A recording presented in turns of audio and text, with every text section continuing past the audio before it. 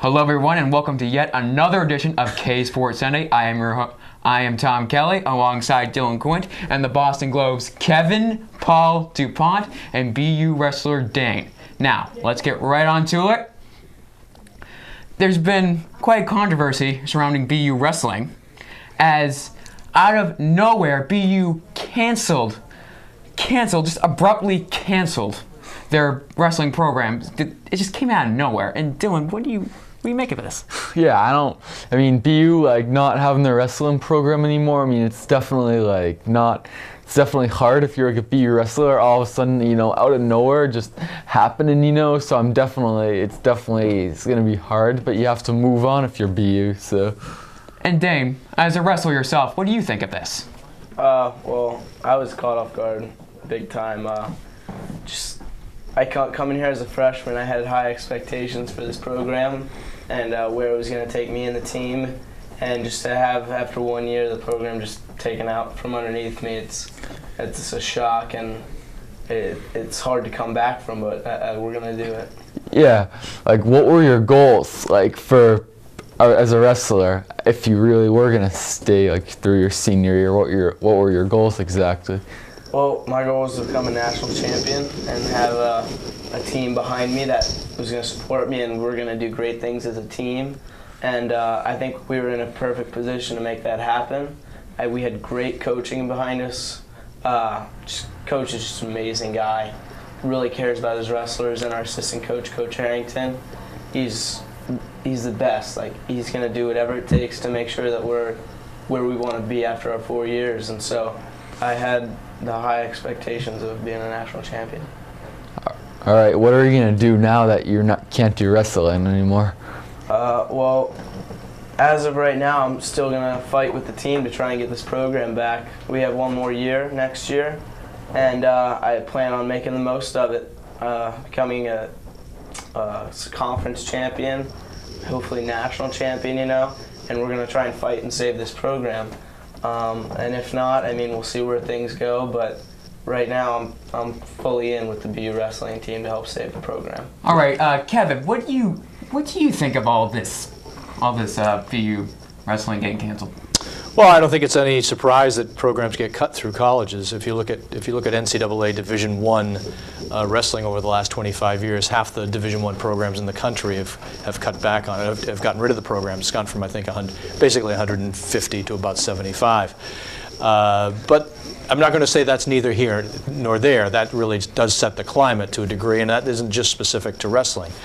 But what's really unique about this story is that it's been there for a long time. It's been there 32 years under the same coach, and they unilaterally made the decision on a Monday to wipe out the program without any debate, without any discussion, without any back and forth. And I don't think that's fair to the athletes. I don't think it's fair to the student body, and it's specifically not fair to the coaching staff. It was such a shock to me because of the way they did it. They just took the program and just swiped it right from under them. It's just ridiculous. Yeah, in my opinion, it would be if I were a BU fan, it's all of a sudden it's just you have a great team, and all of a sudden you have a coach there for 30 years, and it's just absolutely just a shock. Next thing you know, program's not. It's just absolutely a shock. So yeah. So. And did Kevin or Dane, do you guys have any knowledge? Did they give any reasons for doing this? Dane, you were there. Well, when I was in the meeting, Mike Lynch kind of broke down a little bit, and when he was talking with us, and he was just he felt for us, The one thing he said was they didn't want to put the resources in to make the program a top-notch caliber program, and that was a big thing. He didn't really make it too clear, though, because we asked him if it was Title IX or money or because of the lacrosse teams coming in next year, and he just really didn't have any answers for the questions that we were asking. In your opinion, does the lacrosse team have anything to do with this happening? I'm not completely sure. This whole story really just it pushes my buttons a little, because if Brad Sigvall, AD of Franklin High, my school, just decided to up and cancel, cut hockey, I would be mortified. I would be in shock. I just wouldn't know what to do. Yeah. Okay, so, and also, like, BU wrestling, how much fun did you really have wrestling? How much was it an experience just to have that experience wrestling? It was a great experience, you know. We're the best family like there is. All the guys care so much about each other. It's better than a frat. Like, we are a family. These guys love each other, and we're willing to, like, put our lives on the line for each other, you know. And it's just amazing, the love that is in this team. It's something that can't be replaced. Thank you very much. We're going to take a short break, but don't go away. We'll be right back. Thank you. Sunday.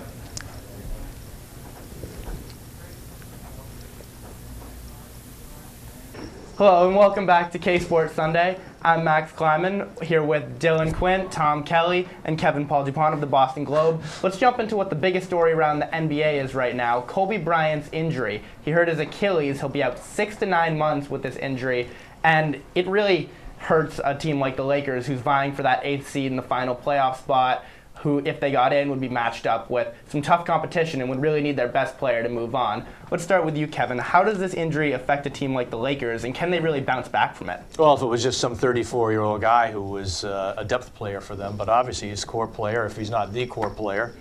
And at age 34, I have to think they're disheartened, and it does not bode well, to say the least. Mm-hmm. And Tom, what's your opinion on this? They are done. They cannot do anything without their star player, Kobe Bryant. I mean, he's been there through everything, all the championships. In my opinion, the best chance they ever are gonna have this year, maybe get in the playoffs, maybe win one game in the playoffs, but I don't see them advancing at all in the playoffs. I don't see them making the playoffs at all. At this I know, but they might, Utah, they're all right. They just need kind of help, but the Lakers, they still could possibly get in the playoffs. Their schedule is kind of tough. They have playoff teams, but they don't. It's not like overwhelming tough like the top teams in the conference. So, and Kobe Bryant, just getting injured. Harrison Barnes, right? Harrison Barnes was there and he just tore it, and that's it. And it's a tough injury for the Lakers, but I think they're really gonna have to think about next year. But to be honest, even if Kobe Bryant really was there, it wouldn't matter anyway, because Mike D'Antoni, they just didn't get it with him, Well, overall, it's very unfortunate for the Los Angeles Lakers. Well, injuries really have been the Achilles heel of this Los Angeles Lakers team, but is there a chance that they maybe step up, rally around it, Dwight Howard and Steve Nash kind of take charge, and they turn themselves into a team that maybe can compete in the first round? Oh, sure, that's what you look for, right? Everybody else steps up, gets minutes, and rallies around it, but I really don't see it. As presently constituted, and it's not going to change because the deadline's come and gone in terms of trade. So much of the way they play is based on who he is and who he has been for a long time here. So I think the bigger question is, frankly, is he going to make it back? And at age 34 for this significant injury followed by the surgery. I know, he came out, he sounded devastated at first when you followed his tweet line here, devastated at first, and then started talking about doing okay and coming back and fighting valiantly. But very, very difficult injury at this stage of his life. Right. Well, he wants to be recovered by the start of the next NBA season, Right. which would be a very quick recovery for him, especially someone who's 34 years old. But if it is possible and he is able to play the next season, do we even think he'll be the same player? Well, I think it's not like a knee here. So if the surgery is good and he can come back and gain strength, yeah, I think he can be. But then again, he's not the player he was at 23 or 25. I think he's going to be, just by natural order of things, by his age and by time, I think he'll be less of a player anyway. So they've got a lot against, he has a lot working against him. They've got a lot working against themselves here. And Tom, one thing to think about is that his contract expires with the Lakers after next season. If he's not able to come back and be the same player that he was this season, do they give him another contract just to say, thank you for all you've done for us, or do they cut ties with him? Is he going to retire then? What do you think happens? I think they're going to cut ties with him. At this point, he's a liability. I mean, if he's going to keep getting injured, because he's not getting any younger, let's face it. So I really think the Los Angeles Lakers are going to, cut the strings on him. I know. Why do you really want to pay a guy like all this money once you're like that old? pay a guy all this money. You know, he's kind of past where he really was like that great, you know, like a few years ago. So I just don't, he's not that kind of player, you know, and do you really want to pay him that much money? I don't think so. So I agree with you. I do think they'll cut him after next year. Not really unlike what we've seen here in Boston with Ortiz, or similar injury, although not an operation. Given his age, given what he's meant to the team, it's a very similar model. Now we know the Red Sox stepped up and gave him a 2-year deal, but that was really based on the fact they didn't have anybody else to sell. And the Lakers do, but nobody's Kobe.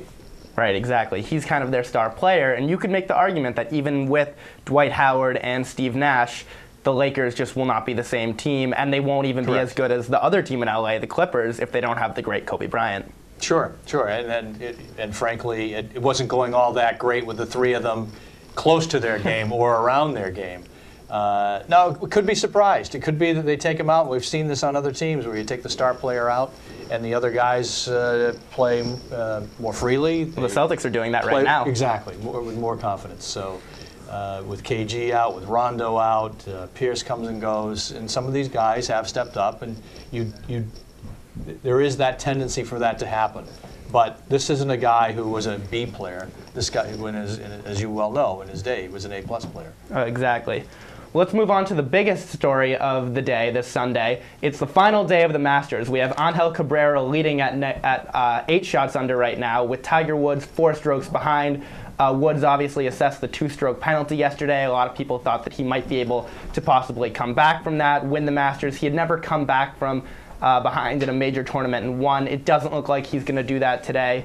What's your reaction to how this Tiger Woods situation is playing out? He's won some smaller tournaments, but since he's come back, he hasn't been able to win a big one. No, he hasn't, but you mentioned the 2-stroke penalty overnight, and he got one when he was on the course, so he'd really be only 1 off the pace right now. So I think you have to look at it that way. I think this is a bizarre couple of days with this. I'm in the camp that he should have DQ'd himself. He knows the rules. He's played for a very long time. I think the honorable thing for him to have done would have said, listen, I messed up. This is unacceptable, and I know it's the biggest tournament, and go on and on. And I think he would have actually gained some Q points or publicity points that he's lost here over the last few years. But he didn't. And to look at just at his game now, where his day's 1 off from Cabrera, that's right where Tiger would be. It looks to me like his game's back.